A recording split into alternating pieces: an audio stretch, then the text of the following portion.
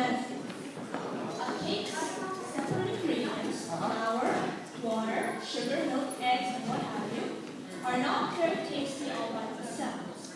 But when they are mixed and baked and are in the form of a cake, say maybe a black forest cake, topped with delectable cherries and whipped cream, then of course everything comes together in a delicately perfect confection. It's the same in the church, minus the food.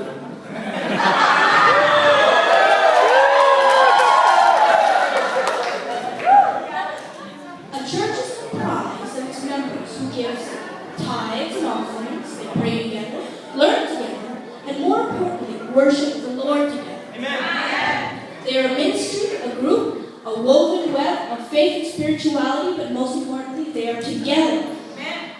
Humans are social beings by nature. They reach out to others and cling on to them. They do not want to be lonely. They want to be able to love and encourage and be encouraged. There is nothing odd about it. In a church, all of this and more can be fulfilled. There are, in the cases of some institutions, many people with whom you can interact. Some of them are a little more on the pious side, others may be a little doubtful or beginning to blossom. Now, what are you wondering is the point I'm going to make, and why am I taking so long to get to it?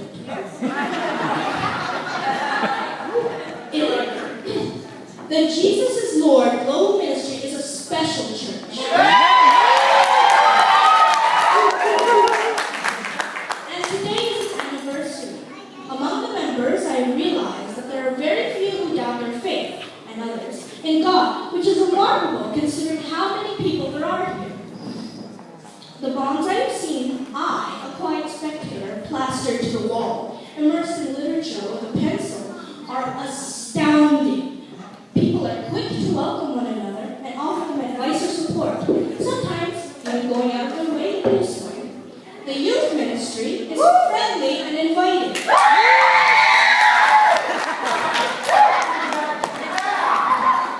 As well as polite. The pastors have some wonderful humor to share.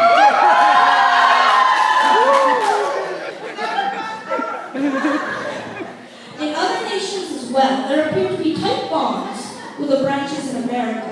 Missionaries seem to be plentiful and cheerful. But here I must pose a question.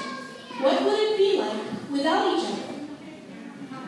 If there were no church and we were left to fend for ourselves in the spiritual sense, surrounded by wickedness and sin that we cannot escape? What if it were impossible to be at peace with yourself? Perhaps if you were strong, you would continue. But for those of us who are weak or are not yet completely affirmed, we may withdraw from spiritual matters altogether. Happily, this church appears to prevent that in the cases. When we have a congregation whose members are willing to help those in need, to spend time praying with the troubled souls, then this is truly something to be proud and thankful for. Amen. When we have a congregation that willingly goes about apple picking and setting up picnics on beaches and booking rooms for their members, then this is something to cherish.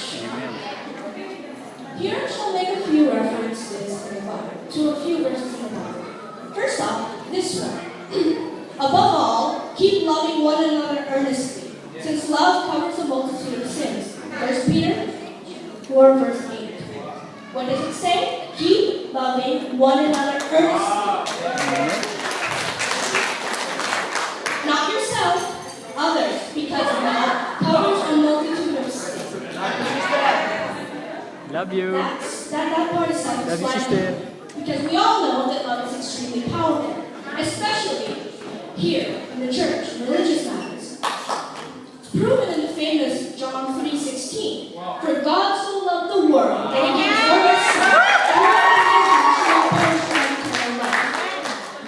but I digress. Love is only a small part of it. Who here agrees that worship is much better when there are people to share in your fervor and delight? This church does an excellent job at it. In the morning, there are always songs. to which people hop and hoop and stamp their feet. The members not only weep together, but they also rejoice together. Without each other, we may feel a crushing loneliness. In this church, there is never the risk of feeling alone or alienated.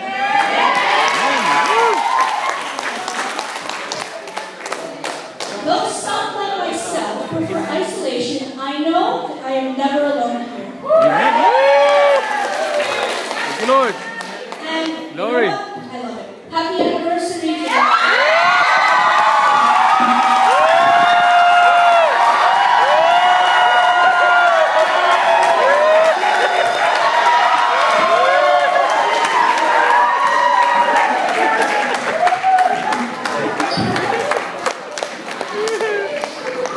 Can we put our hands together for the Lord?